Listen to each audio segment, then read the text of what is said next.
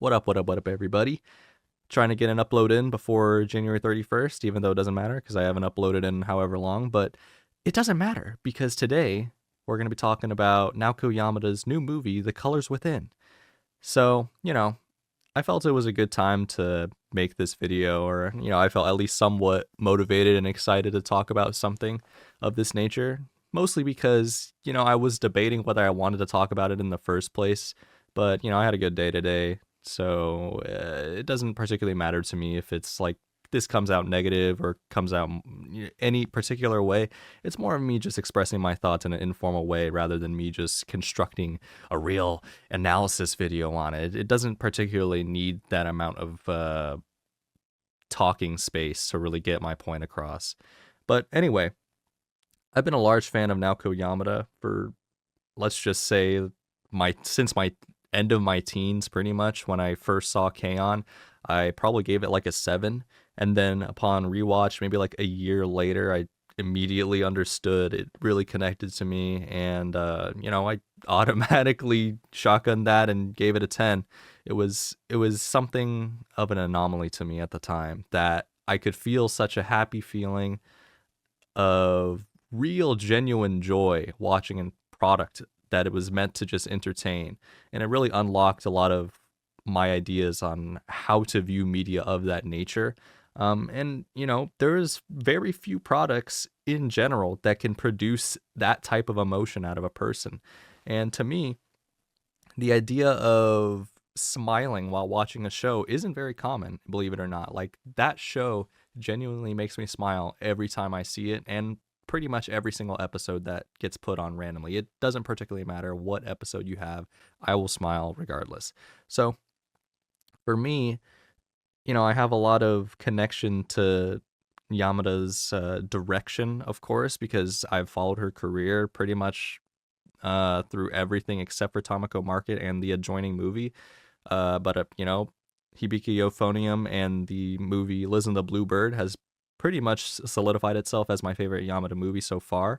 A Silent Voice, I've seen about 4 times since its inception.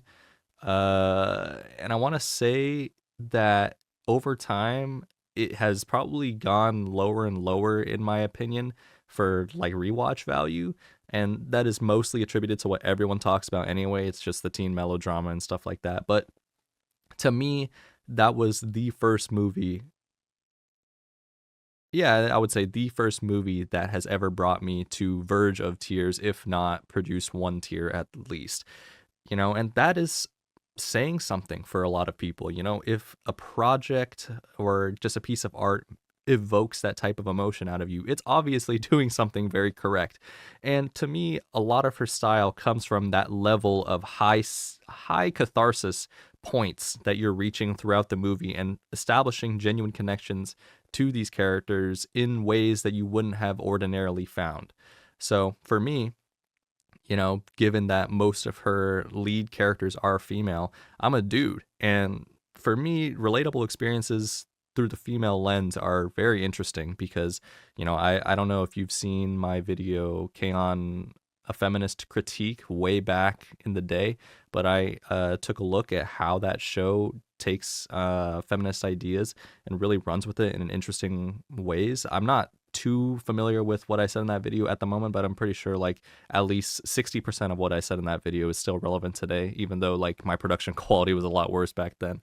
But to me, that's what you're getting out of a Naoko Yamada project. You're getting high theatrics, you're getting that signature style that she really employs in giving you a really close perspective to these characters and, helping you understand where they're coming from and establishing what their motivations are in a very clear and approachable way. She is by no means a very pretentious or haughty director who really takes a second eye to dissect. In most cases, obviously, you can draw as I did in my feminist critique video on K-On, but that is not to say that the base level of her projects are not understandable. She is a very approachable director, which is why Silent Voice is one of the most popular films of all time. It's no secret that the mass populace has connected to her work, and she's established herself as one of the lead female directors in the industry. You know, her and Maria Okada are the only people that I genuinely have gone out to see in a theater, if not just for, you know, pure curiosity of what they're working on. You know, there's not a lot of directors that I would go out and see, other than I think the last movie I saw was Look Back, and we saw, or I made a video on that the day I watched it. But to me, it's kind of an effort to convince me to go out to the theater instead of just watching it at home. You know, a lot of people are that way. And so jumping into this movie, I was immediately geared up to be impressed. I was like, this is an Naoko Yamada project. It couldn't be that bad, or not that bad. I wasn't thinking that mindset. I was actually thinking of like, I mean, this has to be good, obviously. But that said, I was coming in with some preconceived notions as to her direction at Science Saru, in the sense that I actually didn't like Heiki Monogatari. I ended up giving that a 4 out of 10 after I saw it at the maybe end of 2024. I watched it maybe in like September, October, and I wasn't too impressed with it. I really thought, and you'll hear me use this idea again in this video, is just that I pretty much felt that the idea she's going for wasn't that relevant to me, one, as an American, and it was hard to connect to a lot of the ideals that these characters pose without me trying to disconnect too much from my own sense of like Americanness and ignorance of the rest of the world, which is by far the most one of the three traits I think Americans are most known for. It's our ignorance, indulgence, and probably our obnoxiousness. As if you traveled across the globe in some way, you'll find that we are a bit more outgoing than the average person, and don't like we do not act like other ethnicities or other cultures. So there's a sense of entitlement in us, possibly because we come from America. But to me, that is what I'm going into this film with. A little bit of, you know, caution, because I did not enjoy her previous work. Not to say that it wasn't already a really well-produced work. You know, you're working at Science Saru now instead of Kyoto Animation. It's not like the level of precision is going to change significantly. These are both very competent places that release several competent products. I believe at the time of this recording, Science Saru also has their TV production of Dandadan still going, but I mean, I'm not really following that too closely. It's sort of been like in the back of my mind, but to me, it's sort of just like a non-issue at this point. She has enough clout to get whatever on deck for her films. It's nothing too crazy. In fact, she doesn't even screenwrite her films. Her screenwriter has been with her for a pretty long time at this point. Let me see. Reiko Yoshida. Yeah, so Reiko Yoshida has screenwritten Heiki Monogatari. She also screenwrote the other Science Saru film, Ride Your Wave, which I thought was horrible, but you know, that's besides the point. She also wrote the screenplay for the Violet Evergarden movie. I liked that movie. I released a review on it all the way back in 2020 when that came out. I don't know why screenplay and script are sort of interchangeable in this scenario. Liz and the Bluebird, really enjoyed that. Violet Evergarden, a couple episodes. So I mean, like, Naoko Yamada isn't probably isn't really doing, what's it called? Isn't doing the screenplay as much as we believe her to be. And I think the Reiko Yoshida is coming into more to play when we think about like how these characters were constructed in this film and like how they're processing these ideas, because I'm pretty sure that Naoko Yamada is just in charge of directing and storyboarding, as I'm sure she already is more comfortable with it in this position. I mean, they're sort of a danger duo, as much as Kensuke Ushio, who did the score for this film, also a longtime collaborator with Naoko Yamada, even when she was at Kyoto Animation. To me, it's sort of like you have this star-studded cast of people or like crew of people, right? And you're going to have a lot of pressure on you to release another great title, and not a lot of people can keep up a consistent quality like, her and her team have done over the years. It's not like uh something very easy to do, especially when you have like goats of this era. Name dropping isn't going to do anything for this and for this circumstance, so I'm not going to just like name drop everybody. But it came out to be once more an interesting pivoting point for me in looking at what she's doing at this point in her career, and like what she's trying to convey to me. Because as I was watching this film, I was like, this is by far the most Naoko Yamada film ever.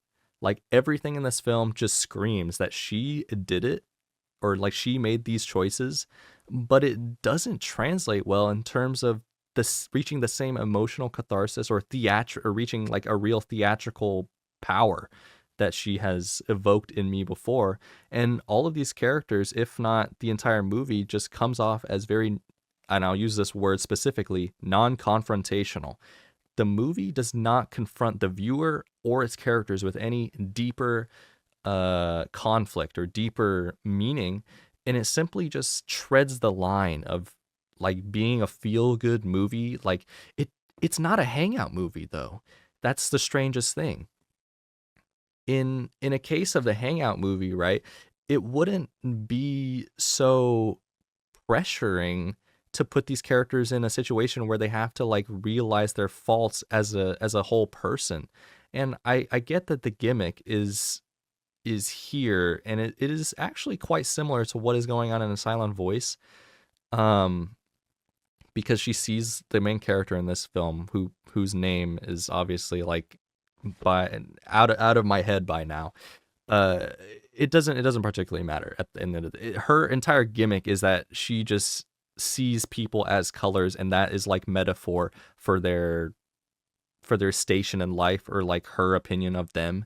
And it's an okay concept, and they don't take it very far on either the writing end or the visual end. Because on the visual end, right, they'll sort of accompany her attachment to these colors inside of people with like these watercolor segments, but they actually fall off pretty hard by the midpoint of the movie, and they don't really do anything interesting that tells you a lot more about like you have to spend too much time in your brain figuring out why this color means a bit more to this character than the alternative of just them having their color muddled in the first place. They just have their color blankly displayed to you as if I even know what this means. Like blue can mean a several amount of things. It doesn't necessarily mean that they're just sad, but blue can be beautiful in some way, or it takes too much effort on my end to really. And it's not that I'm lazy, obviously. This is just more like the experience of watching each segment go. It just takes more time for me to figure out why they're choosing this specific point in the movie to display her color or whatever than it would have been to just simply characterize her better. And that's sort of like a deeper tip or deeper like teeter totter of how these characters interact and sort of build throughout the movie.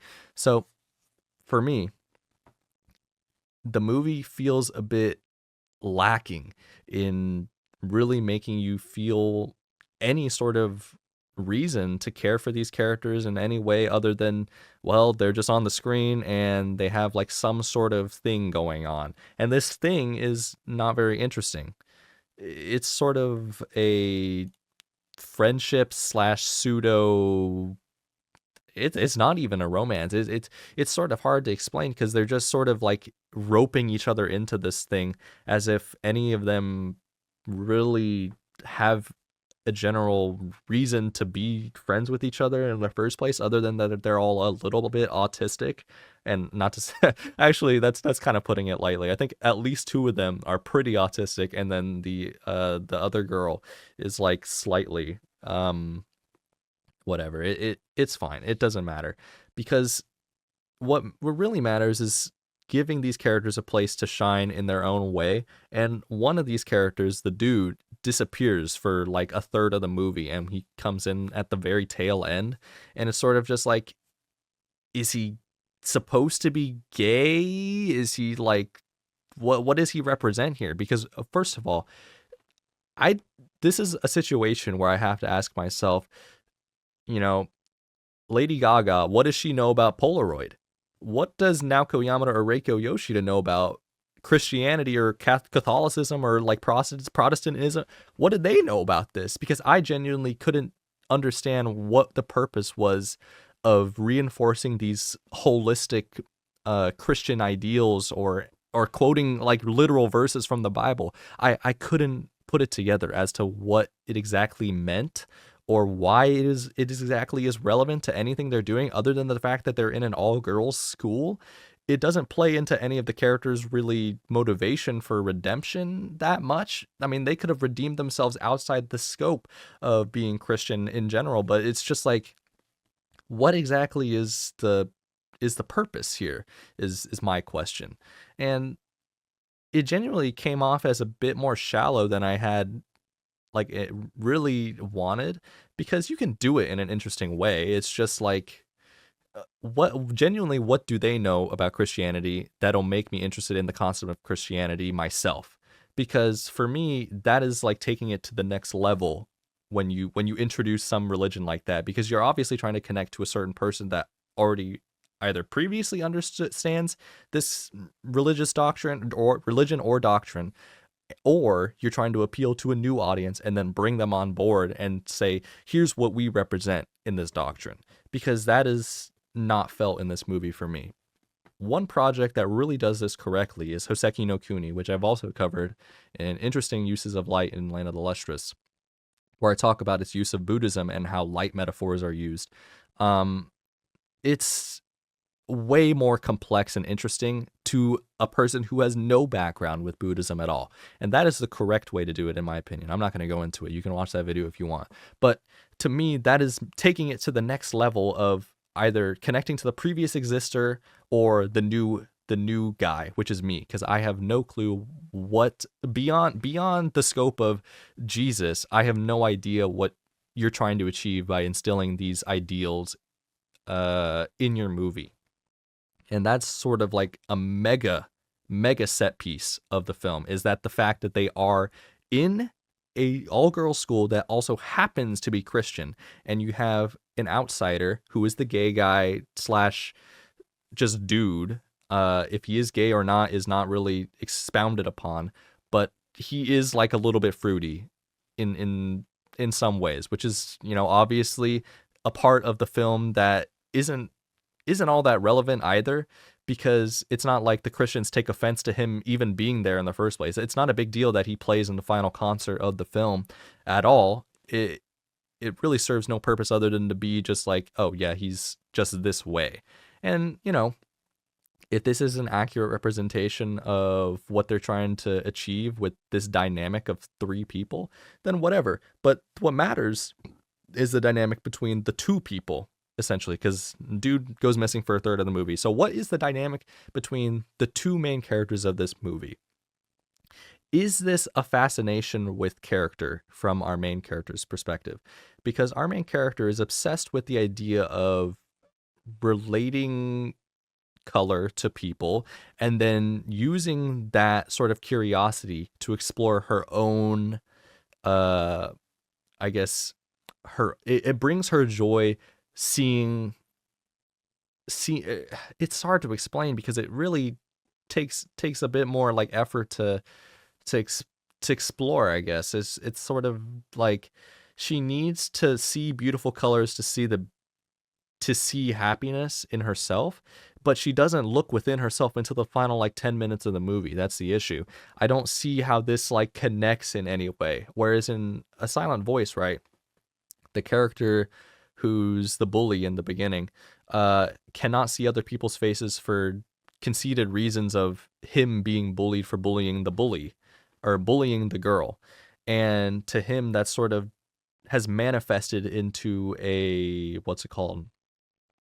I don't know, just like isolationist mentality.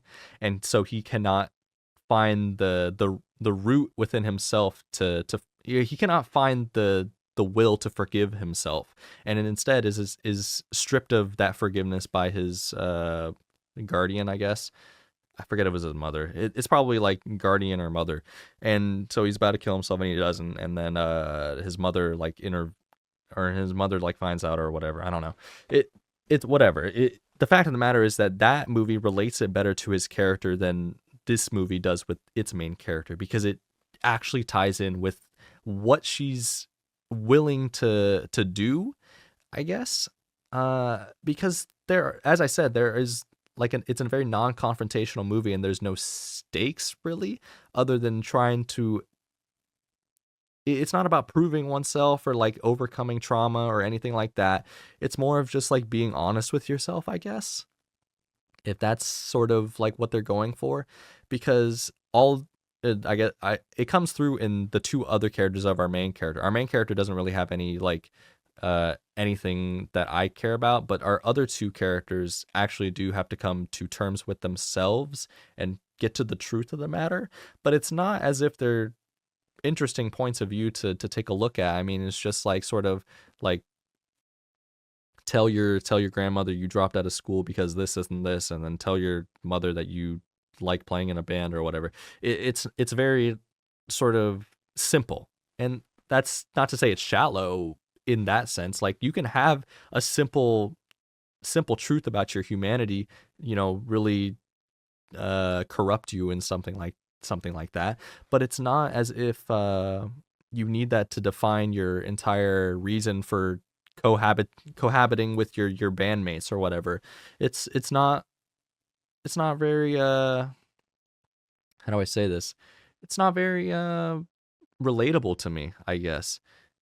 Trying to achieve your dreams, and I guess I do like movies that tackle this idea of pursuing your passion and your dreams.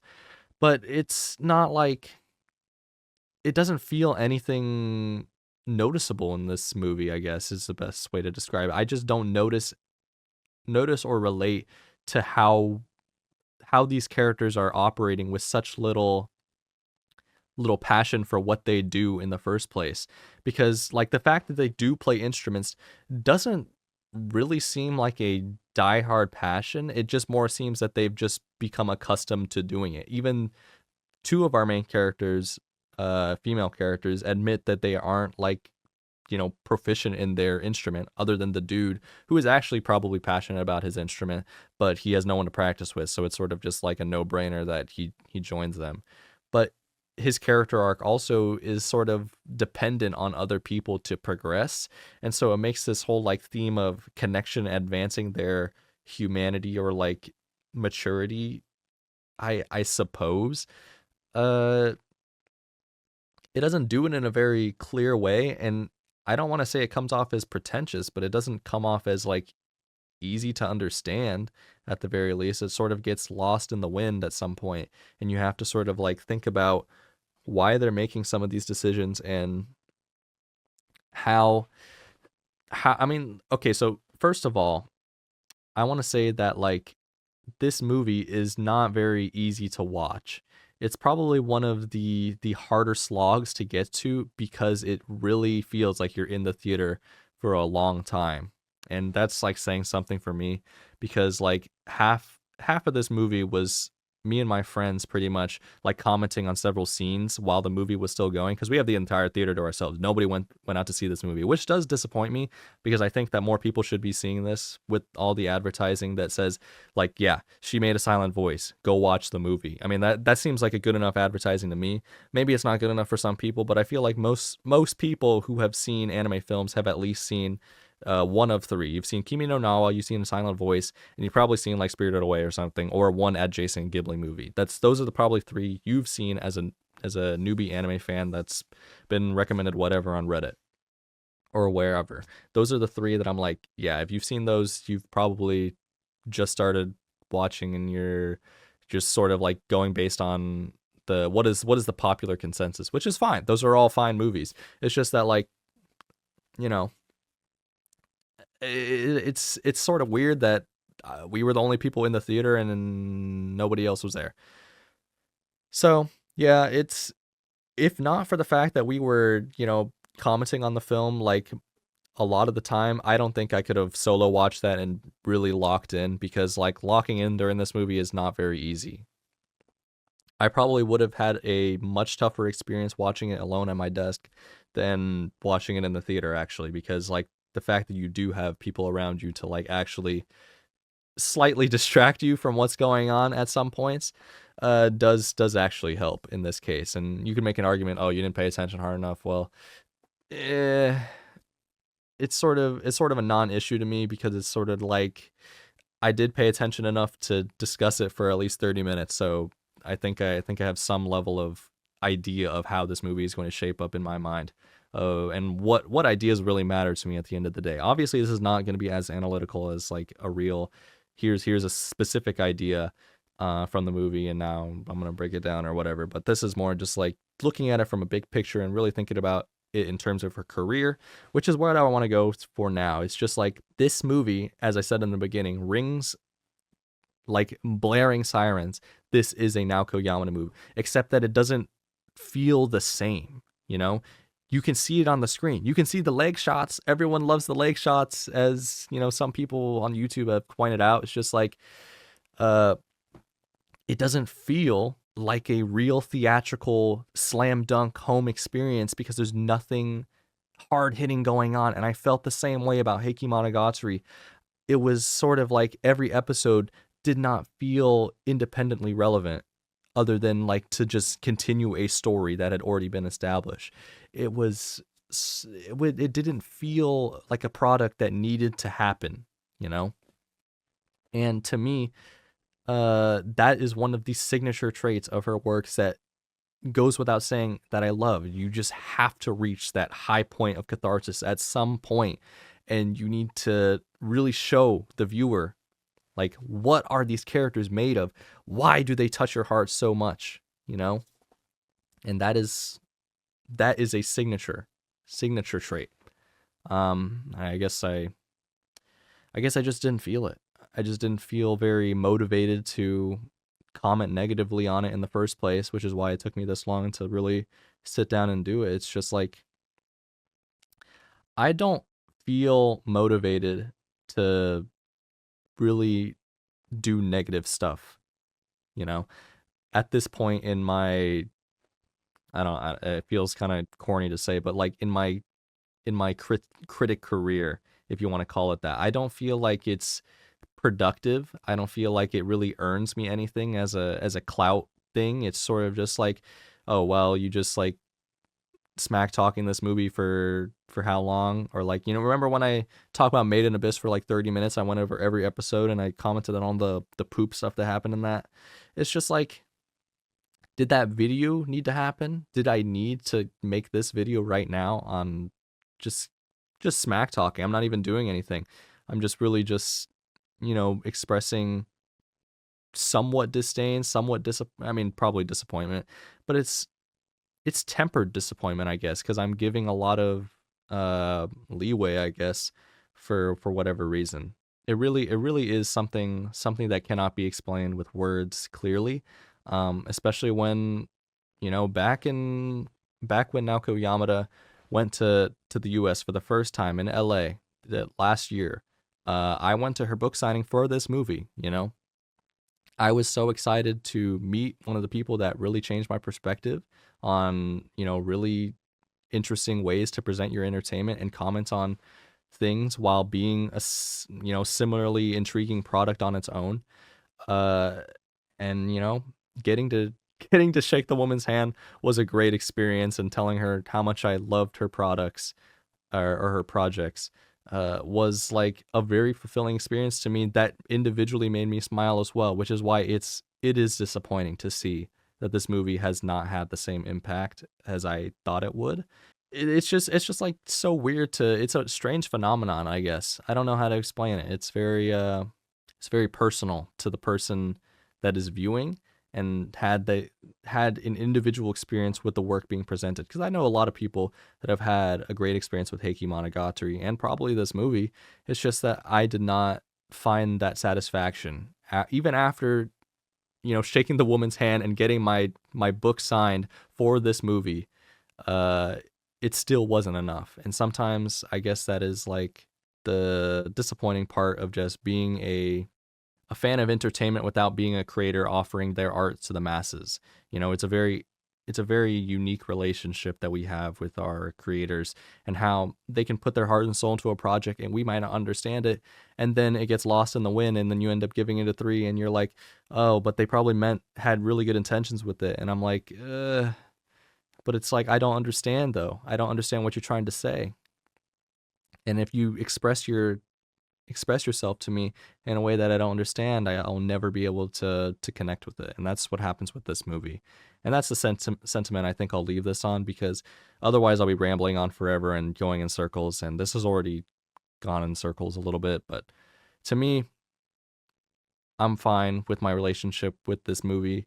It's just like, I don't know, at the end of the day, it really isn't anything to dwell over, I guess. And that's it.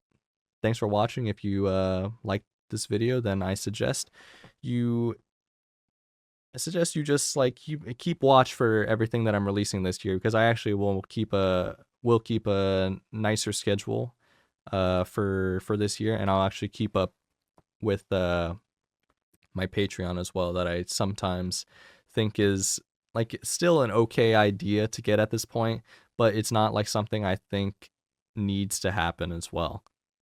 So I will continue to release content on multiple platforms in that way.